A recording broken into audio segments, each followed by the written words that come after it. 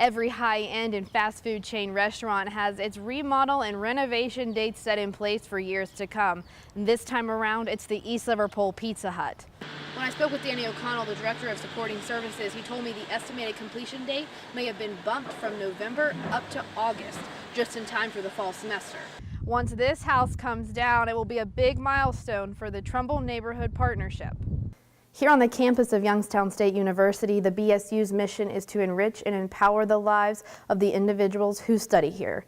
This week, though, it's about those in Flint, Michigan. The J. Birchfield Cartwright swimming pool, one considered to be larger than Olympic size and monitored by certified lifeguards, may not be opening this year. Sitting on the outskirts of East Liverpool, Ohio in Chester, West Virginia is the world's largest teapot, coming in at 14 feet in diameter and roughly 14 feet high. Just 5 days ago here on this lawn on Catherine Street, the Dalton was shot when he tried to escape the suspect's vehicle. The kitchen is said to be reopened within the next week. However, the dining room may take an additional 2 months. I'll continue to bring you updates about this story, including a possible reopening date. But for now in St. Clair Township, I'm Schell. The construction work along the Wick Corridor and on Lincoln Avenue of Youngstown State University has been something that's been in the works for quite some time. The contractor had some issues that came up that slowed us down in a few areas. But the bottom line was the traffic, or the weather has been so wonderful this winter that they are still well ahead of the game. Even though this has been a long time coming and a lot of stress on faculty and even the students, they all say that it's going to be worth the wait.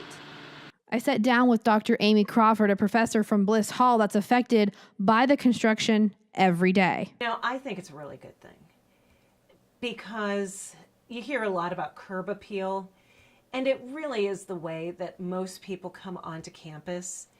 And I think it communicates a lot if you have, a street with big potholes in it. And I think it also looks good to have all of the utilities underground. Putting the wires and other utilities underground is just one of the things the administration has wanted to do for the YSU community for a long time. It's a lot of work left to do, but from where they started and where their projected finish is, it's really, really impressive how well they've done. Until the completion of Wick Avenue, students and faculty will have to use the overpass bridge that connects Mesho and Bliss Hall to the center of campus. In Youngstown, I'm Schell. The demolition of this burnout home on Hamilton Street marks number 300 for the TNP. They've owned the property for 2 weeks, and Matt Martin says that's an extremely quick turnaround. We'll be forever rid of this nuisance, eyesore, and safety hazard on this street. I wish I could say it ends with 300 or ends with this monumental piece of junk, but we're just getting started, and we have hundreds more to go in Warren and throughout Trumbull County. So we look forward to continuing to do this work for the people of Trumbull County. And when it came to neighbors' reactions about tomorrow's event, they were nothing short of overjoyed. Oh my God, thank God. I ain't even gonna lie, thank God, because I can't do it no more. Their only concern now is the piles of trash laying around. Each neighbor I spoke with says they can only hope the dumping stops. Reporting in Warren, I'm Schell. Trade school president Rex Spelding said the one-story former Five and Dime store will be the new home of the welding shop, and he expects an enrollment of 250 students for the 4 leading programs, those being commercial truck driving, welding, electrical maintenance, and refrigeration. Ruby Jones, a local resident, recalls memories of shopping at the former stores with her family and says what her thoughts are for the future with the trade school taking their place.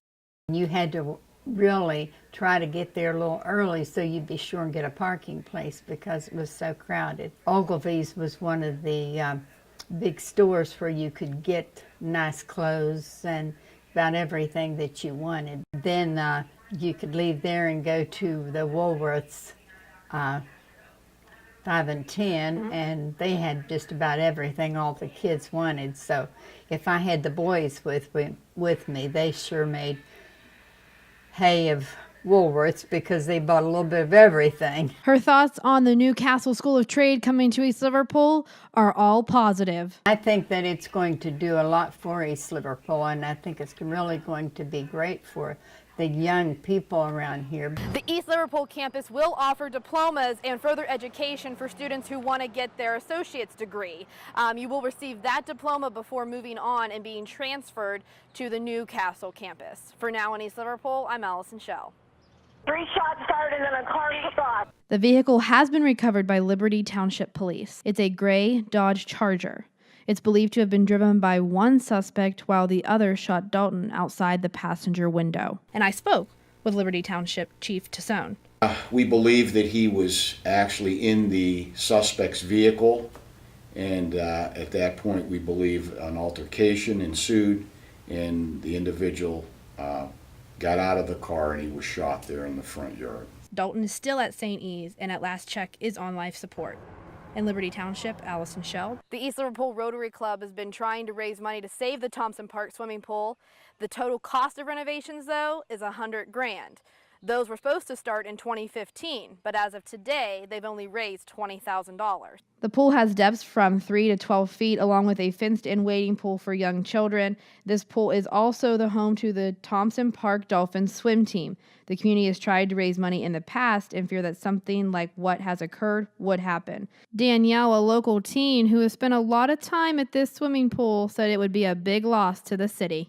I think it's a way that everybody can get together, and a bunch of people have thrown it. You know, a library has thrown it, and I think it's a great way for everybody to hang out and talk and eat, and I think it would be a big loss because nobody would be active as much as they were when it was open. The Cartwright pool has been repainted and maintenance several times in the past, and it's known for holding its yearly pool parties, either held by a private third party or by the Carnegie Public Library downtown.